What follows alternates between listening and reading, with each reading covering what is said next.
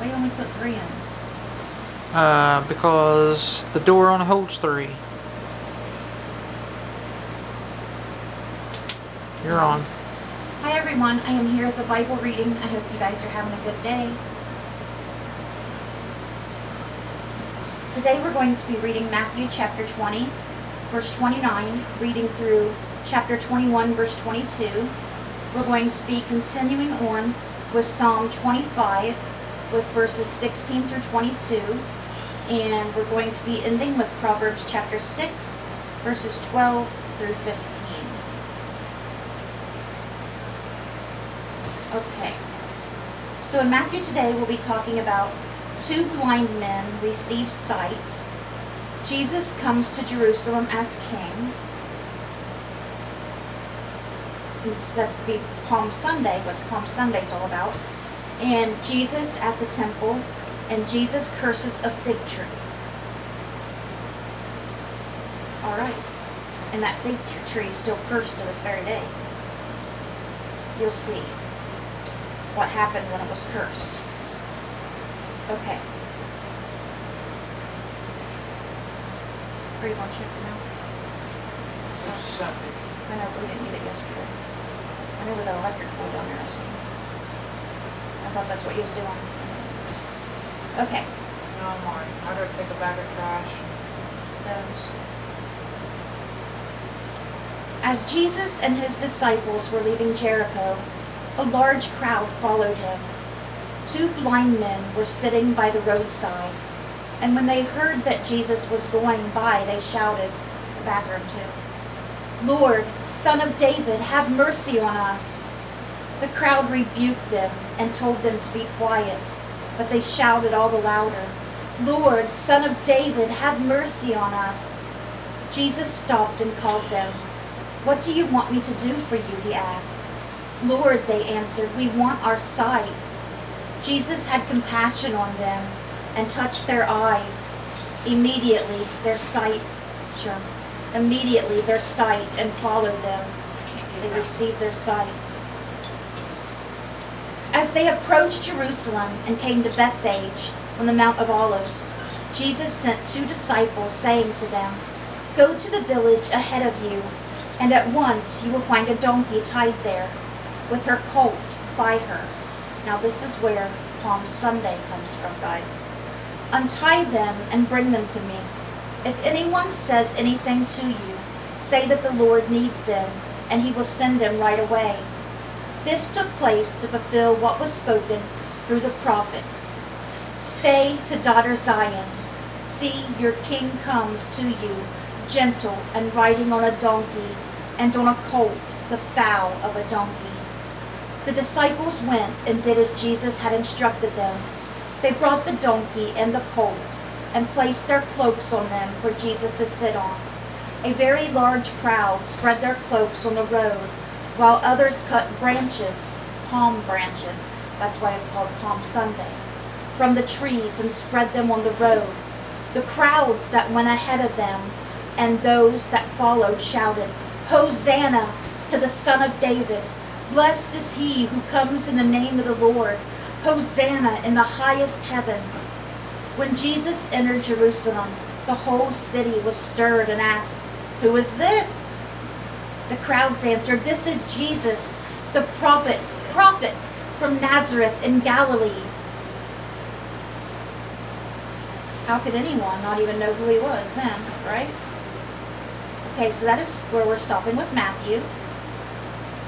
No, we're not. We got more here, sorry. Got a little more.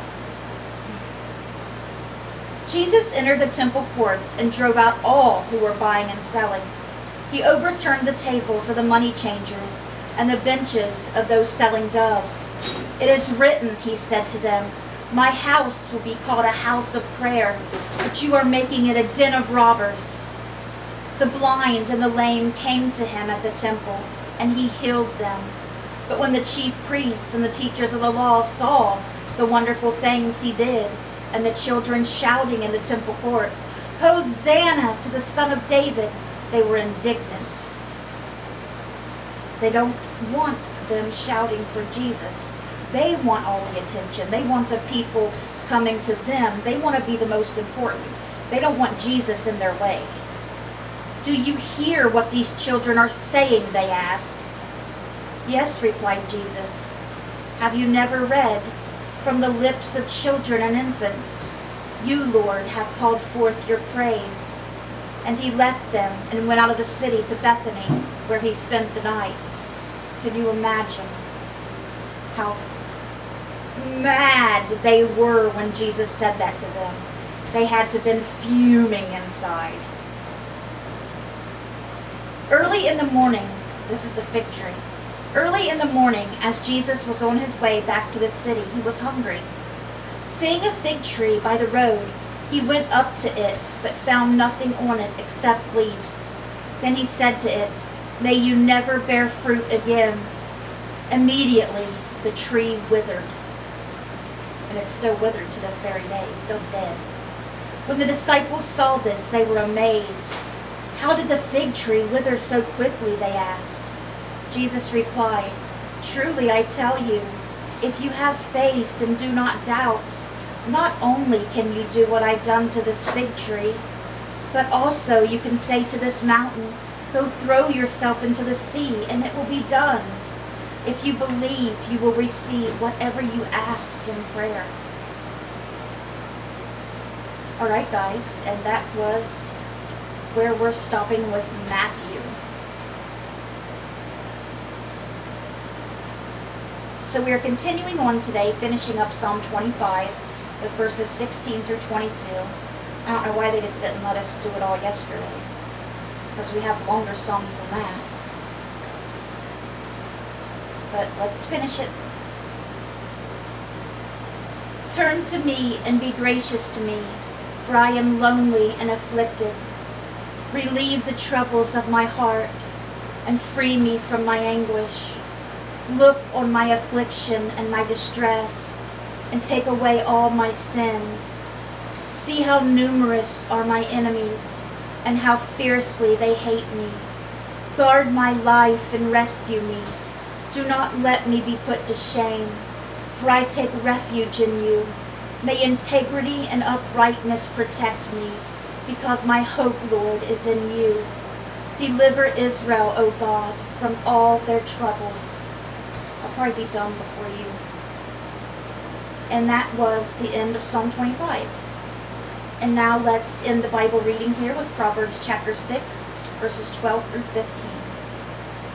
"A troublemaker and a villain who goes about with a corrupt mouth, who winks maliciously with his eye, signals with his feet, and motions with his fingers,